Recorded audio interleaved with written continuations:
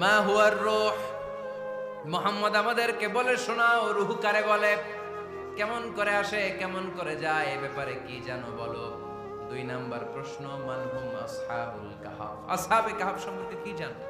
3 number প্রশ্ন, মান হুয়া যুলকারনাইন, যুলকারনাইন বাদশা সম্পর্কে কি জানো। আল্লাহর হাবিব সাল্লাল্লাহু আলাইহি ওয়াসাল্লাম বললেন গাদান উজিবুকুম, আগামীকাল বলে দেব। কি বললেন? সবাই বলেন উত্তরে কি বললেন? আগামীকাল বলে দেব। তো আগামীকাল সবাই এসে হাজির। বলো, 3টা প্রশ্ন রেখেছিলাম গতকাল, উত্তর বলো। আল্লাহর হাবিব সাল্লাল্লাহু আলাইহি ওয়াসাল্লাম বলতে পারলেন না, কারণ ওহী আসেনি। তিনি ছিলেন ওহী নির্ভর, ডিপেন্ডেন্ট অন ওয়াহি, dependent on revelation, guided by the ওয়াহি। তিনি এর পরের দিনে বললেন গাদান উজিবুকুম, আগামীকাল বলবো। এর পরের দিনে এরা এসে হাজির, উত্তর নাই। আল্লাহর হাবিব সাল্লাল্লাহু আলাইহি ওয়াসাল্লাম আবারও বললেন গাদান উজিবুকুম, আগামীকাল বলবো। এর পরের দিনে এরা এসে হাজির। এরকম 1 দিন 2 দিন 3 দিন নয়, টানা 15 দিন আল্লাহর হাবিব সাল্লাল্লাহু আলাইহি ওয়াসাল্লামের প্রশ্নগুলোর উত্তর করতে পারেন নাই। আল্লাহর হাবিব সাল্লাল্লাহু আলাইহি সাল্লামের নবুয়তি জিন্দেগিতে এত বিব্রতকর পরিস্থিতিতে তিনি কখনো পড়েন নাই।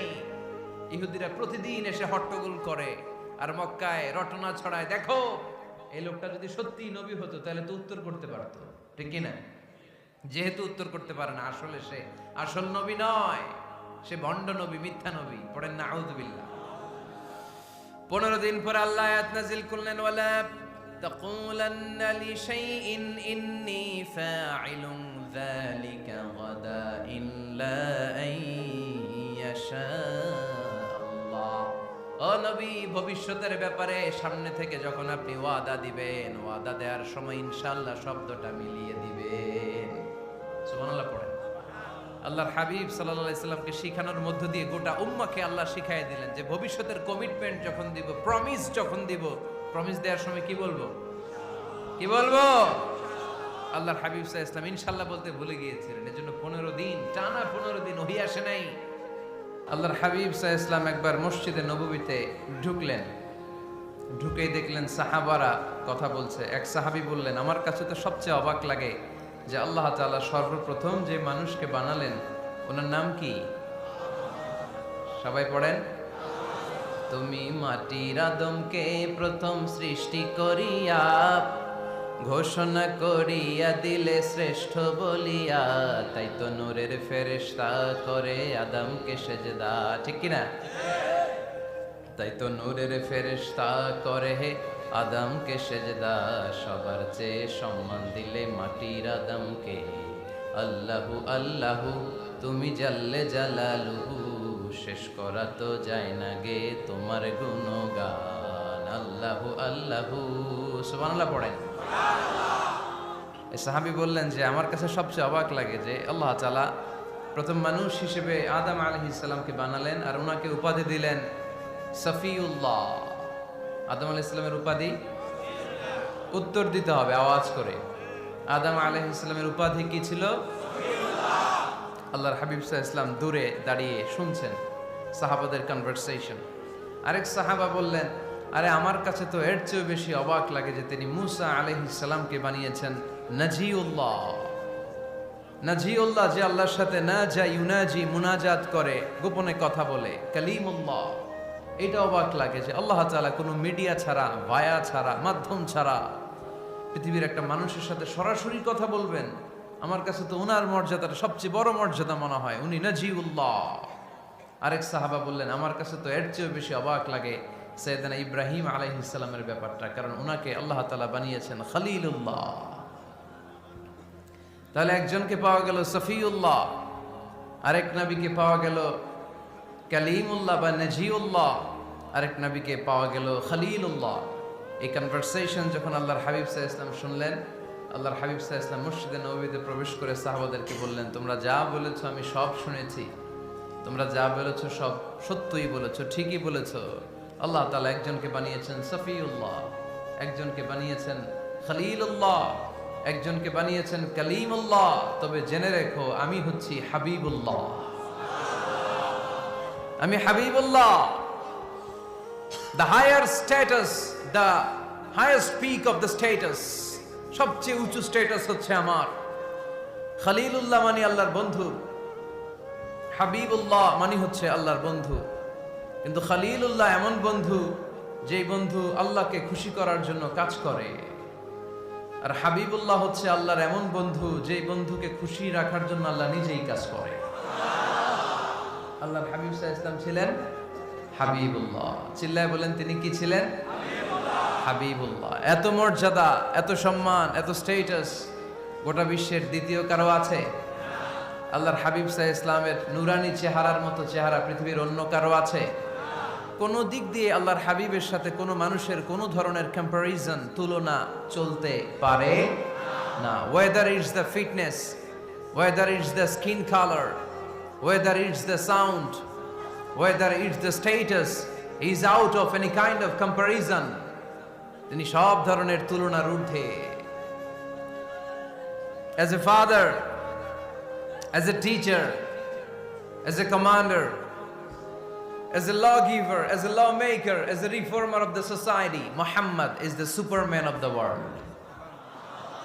সুবহানাল্লাহ পড়তে পারলেন না? স্বামী হিসেবে, বাবা হিসেবে, নেতা হিসেবে, সমাজ সংস্কারক হিসেবে, নবী হিসেবে আল্লাহ রাসূল সাল্লাল্লাহু আলাইহি ওয়াসাল্লাম হচ্ছেন এই পৃথিবীর একজন সুপারম্যান। আল্লাহু আকবার। যার উপর একবার দুরূদ পড়লে 10টি রহমত নাজিল করে কে? 10টি গুনাহ মাফ করে কে? যিনি দুরূদ পড়ল তার স্ট্যাটাসকে 10 গুণ বাড়িয়ে দেয় কে? ওই হাবিব সাল্লাল্লাহু আলাইহি ওয়াসাল্লামের উম্মত হতে পেরে আমরা খুশি না বেজা? আমরা আল্লাহর রাসূল সাল্লাল্লাহু আলাইহি ওয়াসাল্লামকে আজকে জানার চেষ্টা করব কোরআনের আলোকে। ইনশাআল্লাহ পড়েন।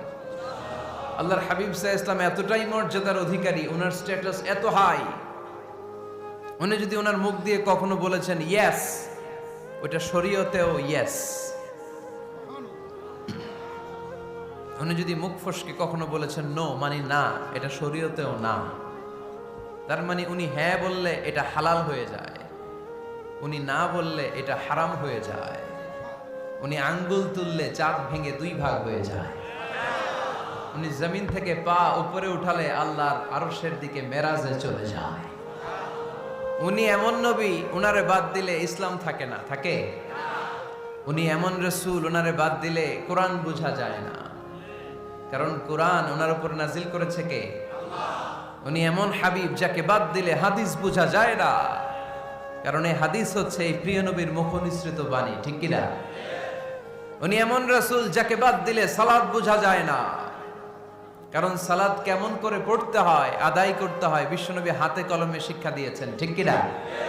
এক সাহাবী সালাত পড়ছিলেন, সালাত পড়ে আল্লাহর হাবিব সাল্লাল্লাহু আলাইহি ওয়াসাল্লামের কাছে আসলেন।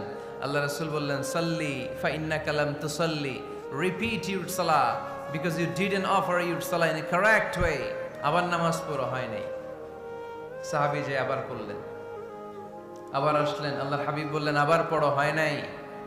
সাহাবী পড়ে আসলেন, আল্লাহর হাবিব বললেন সাল্লি ফা ইন্নাকা লাম তুসাল্লি, আবার নামাজ পড়া হয় নাই। এবার সাহাবী এসে কেঁদে দিলেন, এসে বললেন ইয়া রাসূলুল্লাহ, এর চেয়ে ভালো তো আমি পড়তে পারি না।